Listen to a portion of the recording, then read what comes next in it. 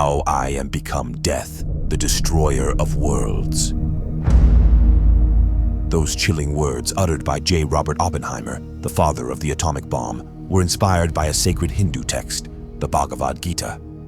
But the Bhagavad Gita isn't just about destruction. It's a profound philosophical poem exploring duty, purpose, and finding balance in a world of chaos. This ancient text is both beautiful and unsettling, capable of inspiring peace and unleashing war. So, how can one book hold such contrasting power? Does the Gita offer answers for our own modern problems? Let's dive in and explore the complex beauty within the Bhagavad Gita. The story within a story. 3067 BC, and the vast plains of Kurukshetra are about to become a crucible of war. On one side stands the righteous Pandava army, led by the brave but conflicted warrior Arjuna. Facing them are their cousins, the Kauravas, fueled by greed. Arjuna, known for his archery skills and unwavering morals, stands frozen on his chariot. Tears well in his eyes as he surveys the battlefield. Familiar faces, uncles, cousins, even childhood friends, greet him from the opposing side. How can he possibly raise his bow against them? Desperate for guidance, Arjuna turns to his charioteer, Krishna. Krishna, the embodiment of the divine, reveals himself not as a mere driver, but as a powerful deity with a profound message.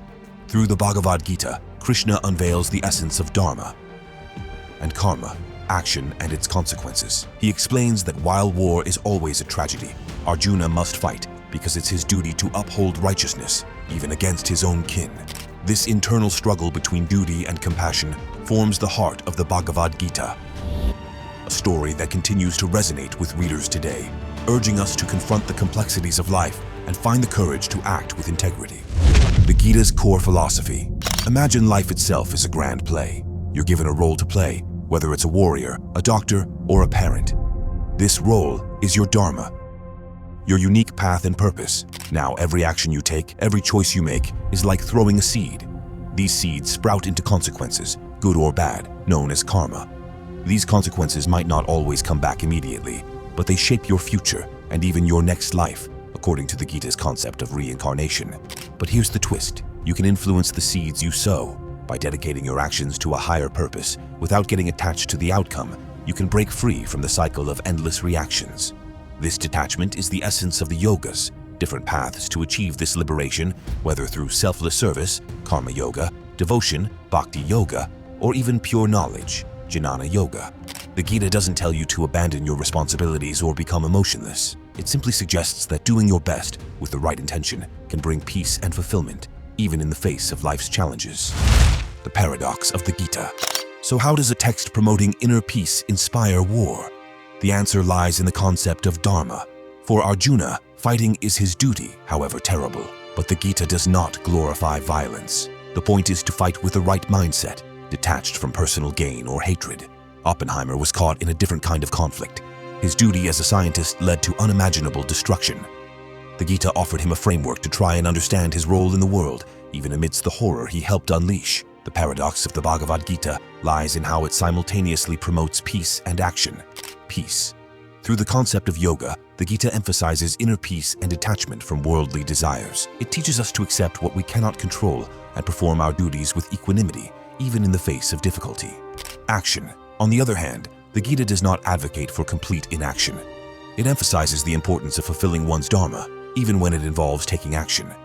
Arjuna, the warrior prince, is urged to fight in the battle despite his emotional turmoil because it's his righteous duty. This seeming contradiction is where the beauty of the Gita lies. It acknowledges the complexities and challenges of life, where sometimes we must act even in the pursuit of inner peace. The key is to act with the right intention, without being driven by hatred, greed, or attachment to the outcome. Think of it like walking a tightrope. You strive for balance while actively taking steps forward. The Gita doesn't shy away from the messy realities of life, but offers a framework for navigating them with wisdom and courage. The Gita in our world. The Gita's dilemmas aren't confined to ancient battlefields. Do we always follow the rules, even when they lead to injustice? Can we fight for a better world without becoming consumed by anger? Each of us faces our own versions of Arjuna's doubts. The Gita doesn't offer easy answers. It makes you wrestle with the messy contradictions within yourself. Within society, it might not tell you what's right, but it might help you find a way to act that feels right for you. The wisdom of the Bhagavad Gita isn't confined to ancient battlefields. Its teachings resonate deeply with the dilemmas we face in our modern world. Moral dilemmas. The Gita doesn't provide easy answers, but it encourages us to question the whys and hows behind our actions. When faced with moral dilemmas, be it whistleblowing at work or taking a stand against injustice, the Gita reminds us to examine our dharma and act with integrity, even if it's difficult. Finding balance. Our lives are filled with competing demands: work, family, personal growth. The Gita emphasizes the importance of balance between different aspects of life. It encourages us to dedicate ourselves to our duties, karma yoga, without neglecting our spiritual growth, jnana yoga, or our connections with others, bhakti yoga. Inner peace in a chaotic world. The world can be a stressful and overwhelming place. The Gita offers a path to cultivate inner peace amidst the external chaos. It teaches us to let go of attachments to outcomes and focus on acting with the right intention, embracing the concept of detachment. This doesn't mean indifference, but rather accepting things we cannot control and focusing on what we can, our own thoughts, actions, and reactions.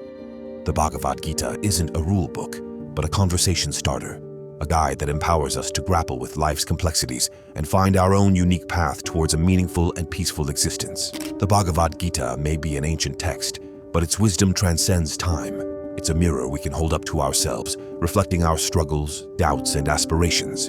It doesn't offer easy answers, but rather ignites a fire within, prompting us to question, explore, and ultimately find our own version of truth and fulfillment. So, is the Gita a source of inspiration or a dangerous text? The answer, like the Gita itself, is far from simple.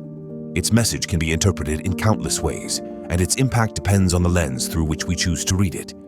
Let me know what you think of this complex and beautiful book. Is the Gita a source of inspiration or a dangerous text? And hit the like button. If you have any video request, comment below, and have a nice day.